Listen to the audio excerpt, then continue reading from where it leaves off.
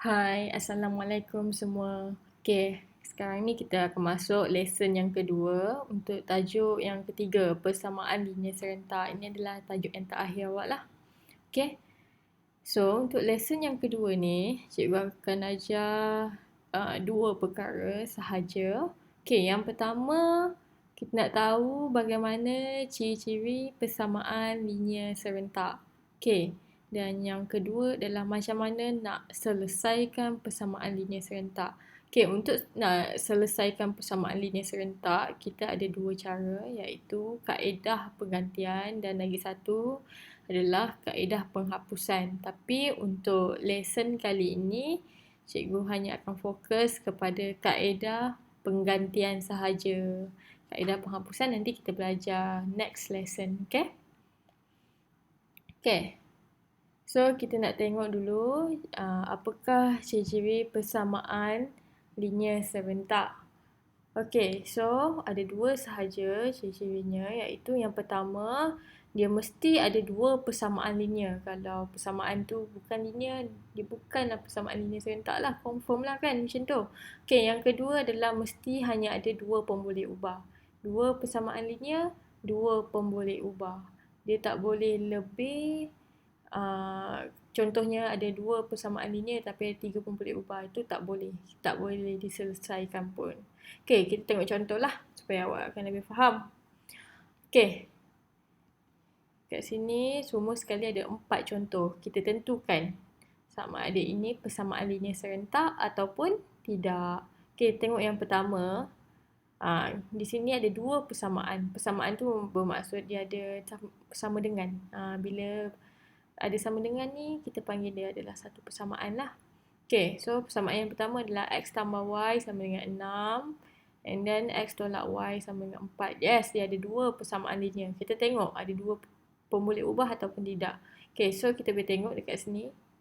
X adalah pemboleh ubah dan Y juga adalah pemboleh ubah. So, dia ada dua persamaan dan ada dua pemboleh ubah juga. So, ini adalah persamaan linear serentak. Okay, so kita tengok yang kedua. Yang kedua, kita ada dua persamaan. Yes, kita tengok adakah dia ada dua pemboleh ubah. Pemboleh ubah yang kita fokus pada huruf sahaja. So, kita ada F, G dan juga Z. Oh, kat sini ada tiga pemboleh ubah. So, bukan. Okay, sebab dia mesti ada dua sahaja pemboleh ubah. Okay, next yang ketiga.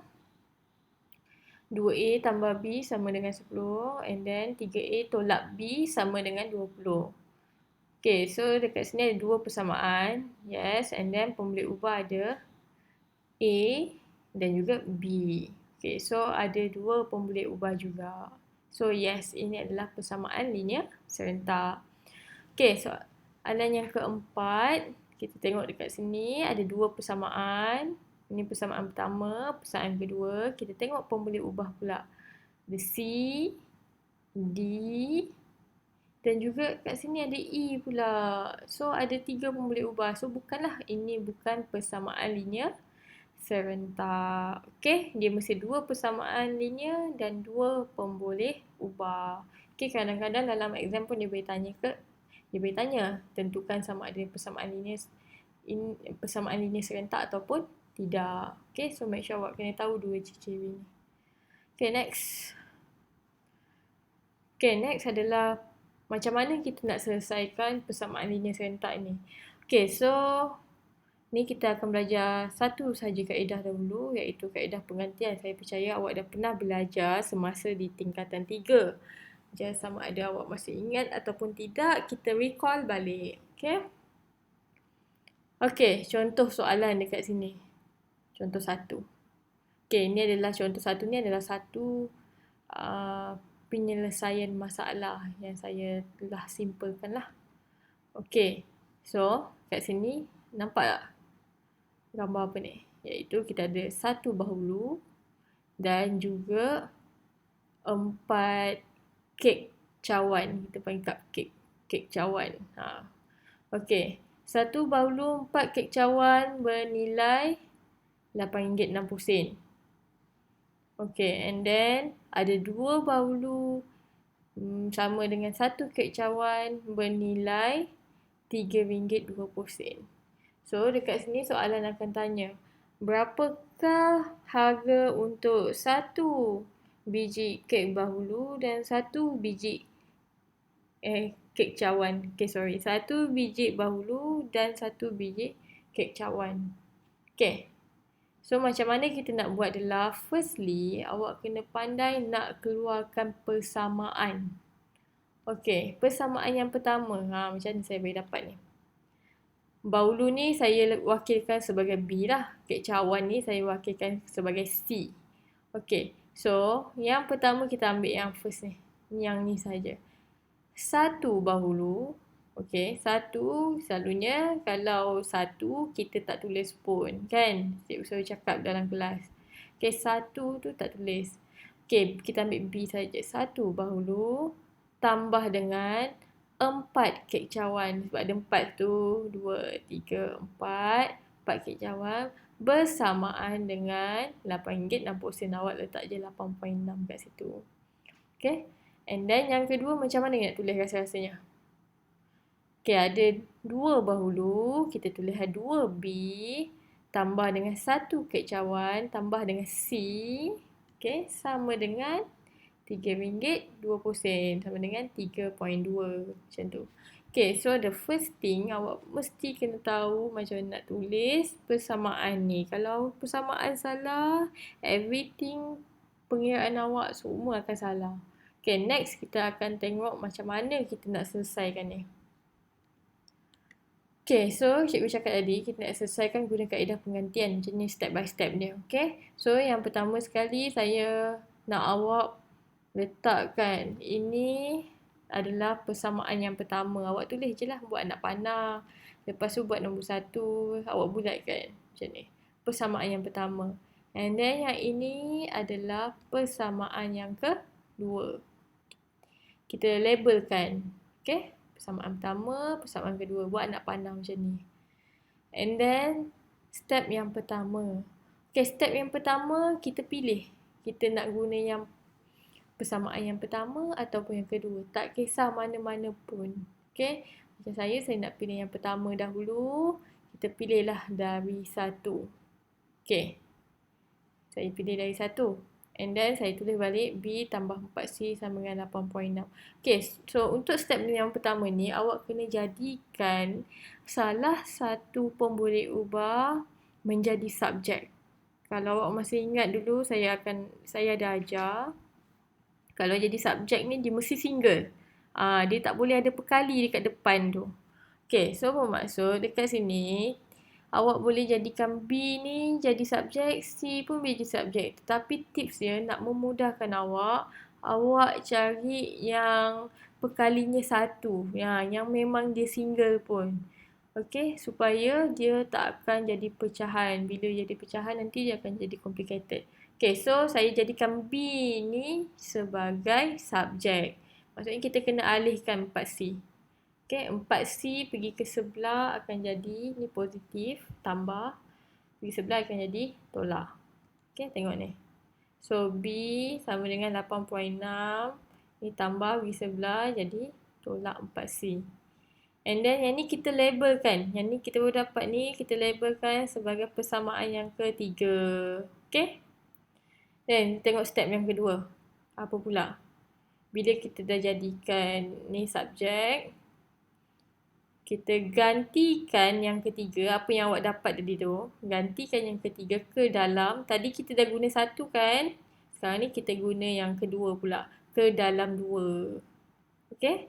So, kita ambil persamaan yang kedua ni. 2B tambah 2P tambah C sama dengan 3.2. Okay, so sekarang ni, yang tadi tu 3 ni adalah B kan? B sama dengan something kan? So, maksudnya awak kena gantikan B ni. Jadi 8.6 tolak 4C. So, dia akan jadi macam ni. B ni kita gantikan. Okay, jangan C pula awak pergi ganti kan? Sebab kat sini B. B yang kita gantikan 8.6 tolak 4C. And then selepas tu, macam biasalah. Ini menggunakan kemahiran awak untuk menyelesaikan persamaan linear. Okay. Lepas tu bila ada kurungan kat sini, bermaksud darab lah. Awak kena kembangkan 2 darab dengan 8.6. 2 darab dengan negatif 4C. Okay, so guna kalkulator awak. 2 darab 8.6, 17.2.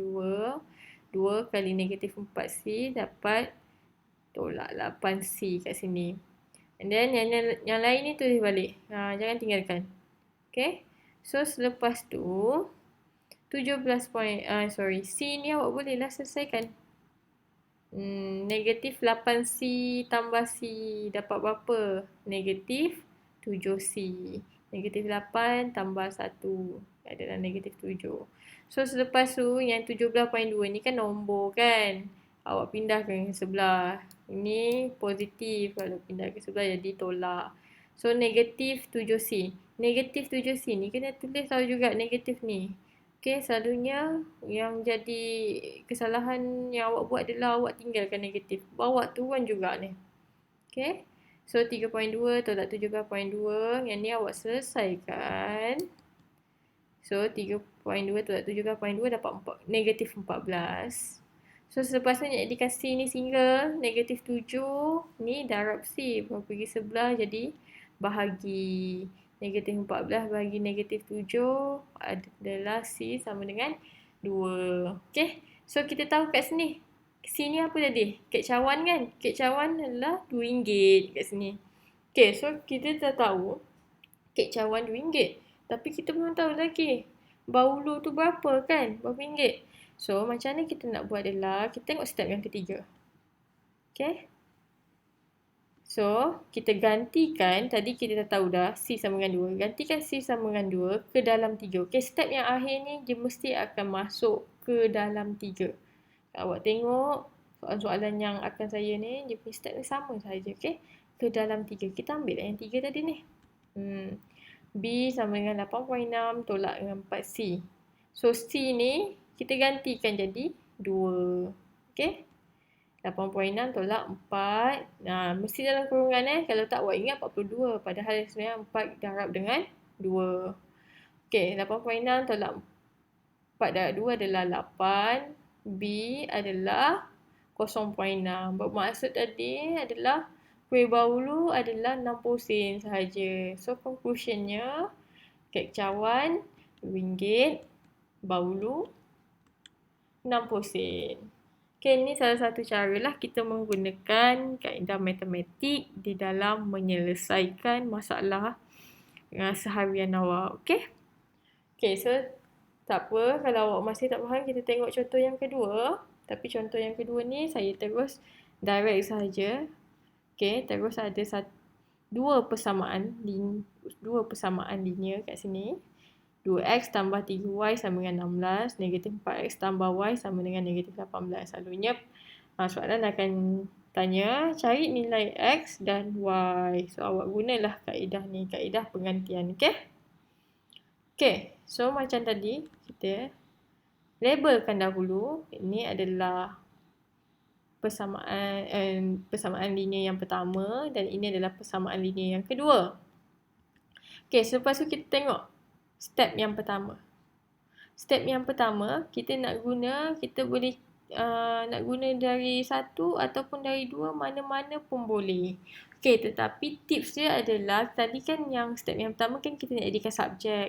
Awak cari yang single. Okey, macam ni, X kat sini tak single, ada 2. Yang ni Y ada 3. Ini tak single. So, X ni ada negatif 4. So, ni Y ni. Y ni single. So, kita pilihlah yang kedua. Okay, nak pilih lain pun boleh. Tapi nanti jalan kerja awak agak panjang dan agak susah. Kita cari yang simple. Okay. Okay, so kita pilihlah dari 2. Okay. Negatif 4X tambah Y sama dengan negatif 18. Macam saya cakap tadi, cari Y ni jadikan subjek sebab dia single kan. So, negatif 4x tu bawa pergi sebelah, negatif akan jadi positif lah. Y sama dengan negatif 18 tambah 4x. And then awak labelkan ini sebagai persamaan linear yang ketiga. Next step. Sama je macam step tadi tu. Step yang kedua, kita gantikan 3. Okay, apa yang kita dapat gantikan 3 ke dalam. Ke dalam mana? 2 kita dah guna tadi. So, kita guna pula yang pertama. Okay. Jangan guna benda yang sama. Okay. And then, kita tengok yang pertama. Yang pertama adalah 2x tambah 3y sama dengan 16. And then kita tengok yang dua ni. Y sama dengan negatif 18 tambah 4x. So, y ni yang kita kena gantikan. Okay. Jangan awak confuse kat situ. Y yang kena gantikan, kita jadi negatif 18 tambah 4x. Macam ni. Okay. Cikgu salah color sikit kat situ. But it's okay.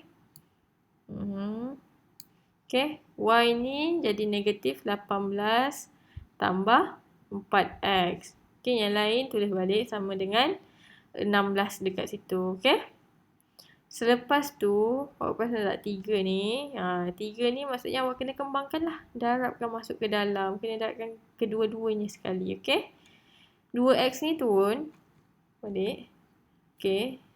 Macam biasa. Positif 3 kali negatif 18 adalah negatif 54. 3 kali dengan 4x adalah 12x sama dengan 16. Macam tu. So, selepas itu 2x tambah 12x adalah 14x. And then negatif 54 ni kita pindahkan pergi sebelah, jadilah positif 54. Awak kena buat macam ni, okay? So, selepas tu awak tambahkan kat sini macam biasa. 16 tambah 54 adalah 70. Okay, 14x masuk 14 kali x. Okay, so nak cari x adalah kita bahagikan 70 bahagi 14. So, dapatlah x sama dengan 5. So, nilai x adalah 5. So, ingat ni belum habis. Kita baru je cari nilai x. Kena cari nilai y. So, step yang ketiga, kita gantikan yang kita dapat tadi tu. Gantikan x sama dengan 5 ke dalam 3. Kan saya kata step yang ketiga, kita sentiasa masukkan ke dalam yang ketiga. Okay. So, kita ambil yang ketiga kat sini. Y sama dengan negatif 18 tambah 4x. So, x ni kita gantikan jadi 5. Macam ni. So, buat kurungan, okay. So, 4 kali dengan 5. Okay, adalah 20. Yang lain tulis balik. Negatif 18 tambah 20 adalah y sama dengan 2. So, dekat sini, kita dapat dah nilai x adalah 5. Y adalah 2. Okay. Okay, next. Tak faham lagi, kita tengok contoh yang ketiga, iaitu contoh terakhir. Cikgu akan tunjukkan. Okay. Okay, contoh yang ketiga. 2F tolak 2G sama dengan negatif 3. 2F tambah 3G sama dengan 7. So, firstly, ingat kita labelkan dahulu. Ini adalah persamaan linear pertama dan ini adalah persamaan linear yang kedua. Okay, so first step tadi, apa cikgu cakap? Kita kena jadikan sesuatu pun boleh ubah jadi subjek, kan? So, kita kena pilih yang mana, kalau tips cikgu lah.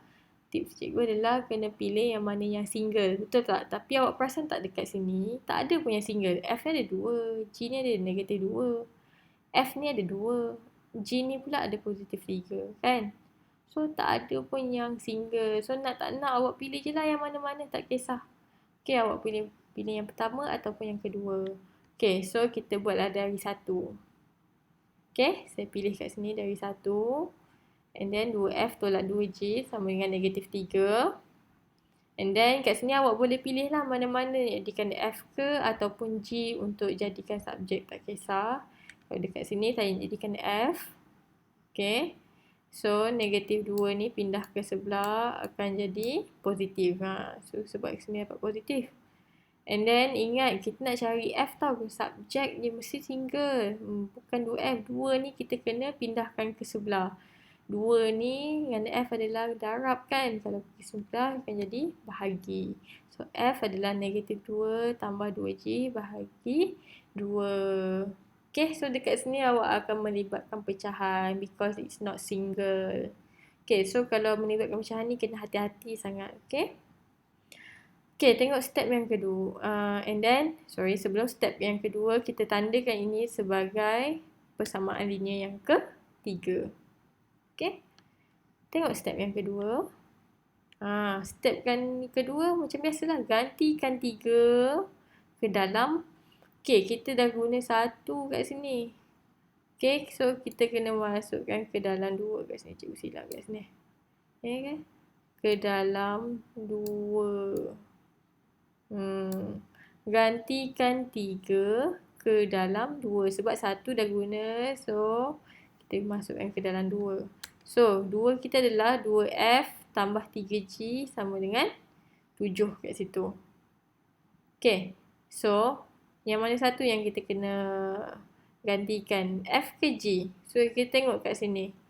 Dia kata F sama dengan. Maksud F yang kita kena gantikan. Okay. F ni kita gantikan jadi negatif 3 tambah 2G bahagi 2. Okay, akan jadi macam ni. Negatif 3 tambah 2G bahagi 2. Macam ni, okay?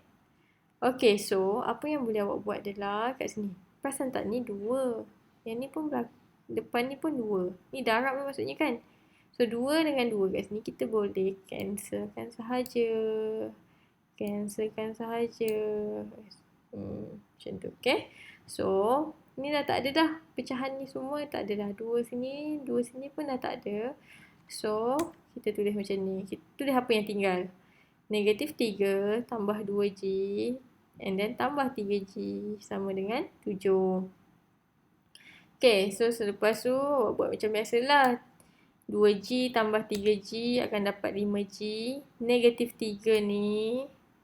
Okay, kita pindah ke sebelah terus. Akan jadi dapat positif 3. 7 tambah 3 berapa? 10. 5G tulis balik.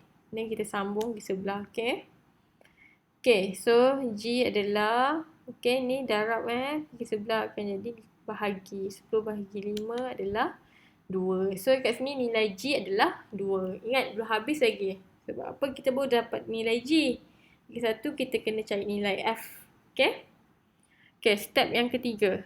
Step yang ketiga, kita gantikan yang kita dapat tadi G sama dengan 2 ke dalam. Ini sentiasa. Dia konsisten je. Ke dalam yang ketiga. So, kita tulis balik. F sama dengan negatif 3 tambah 2G sama dengan 2. Kita gantikan G ni jadi 2. Okay? Tapi jangan lupa buat kurungan. Sangat penting ni. Buat kurungan. Okay? 2 kali 2 adalah 4. Okay, negatif 3 tambah 4 akan dapat 1. And then per dengan 2. So, ini tak boleh kecilkan lagi. So, ini adalah jawapan yang akhir. So, maksud G sama dengan 2. F sama dengan 1 per 2. Okay? Okay, saya dah tunjukkan 3 saja contoh. Saya harap awak boleh faham. Jika tak faham, boleh cuba repeat balik, ataupun awak boleh cari nota tambahan dalam buku nota, ataupun cuba cari video-video tambahan lain yang boleh awak rasa boleh faham. Okay, so ini adalah latihan 2 yang awak perlu buat dan selesaikan. Ada 3 saja soalan. Saya nak awak gunakan kaedah yang saya ajar tadi, iaitu kaedah penggantian. Saya nak awak buat, jawab di dalam portal Google Classroom, okay? Dan hantar dekat situ. Nanti saya akan check. Okay, terima kasih semua.